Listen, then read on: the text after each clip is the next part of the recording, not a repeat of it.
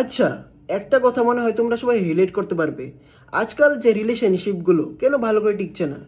কারণ ব্যাপারটা হলো যে একটা মেয়েকে যখন একটা রিচ ছেলে আর একটা পুয়ার ছেলে, ঠিক আছে, প্রপোজ করছে, তো অবভিয়াসলি সে মেয়েটা তখন রিচ ছেলেটাকে অ্যাকসেপ্ট করবে, কারণ সেরকম তার কাছে বাইক আছে, গাড়ি আছে, রেস্টুরেন্টে খাওয়ার মতো পয়সা আছে, সেরকমভাবে ঘোরাতে পারবে। সেমভাবে সে গরিব ছেলেটার কাছে সেরকম বাইক নেই, গাড়ি নেই, কিছু নেই, যে ওকে ভালো করে মেনটেন করতে পারবে না।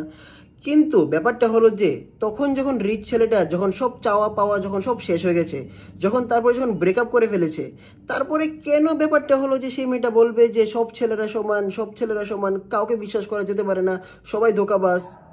তো ব্যাপারটা হলো, তোমরা যদি সেরকম ভাবে পয়সা গাড়ি বাড়ি দেখে প্রেম করো, তো ও তো সেই লয়াল ছেলেটা তো বুঝতে পারবে না, না, কারণ ওর কাছে সেরকম কিছু নেই।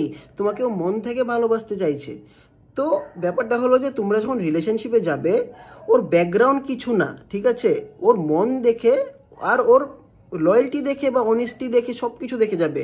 ওই গাড়ি পয়সা টয়সা দেখে আই গেস যাওয়াটা উচিত না।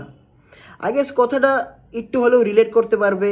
আর খারাপ ভেবো না, ঠিক আছে, আমি সবাইকে বলতে চাইছি না, ঠিক আছে।